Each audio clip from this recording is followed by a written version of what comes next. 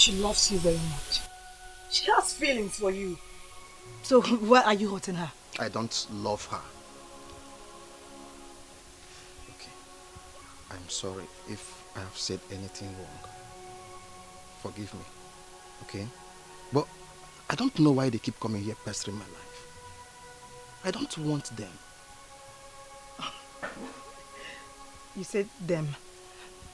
She's not the only one. Emily, please, let's forget about this issue. Okay? I don't want them.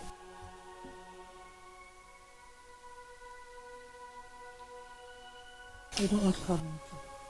I don't want troubles. You will not. Nothing will ever happen to you. Okay? I promise you that. No one will ever come into this compound again to disturb you, please.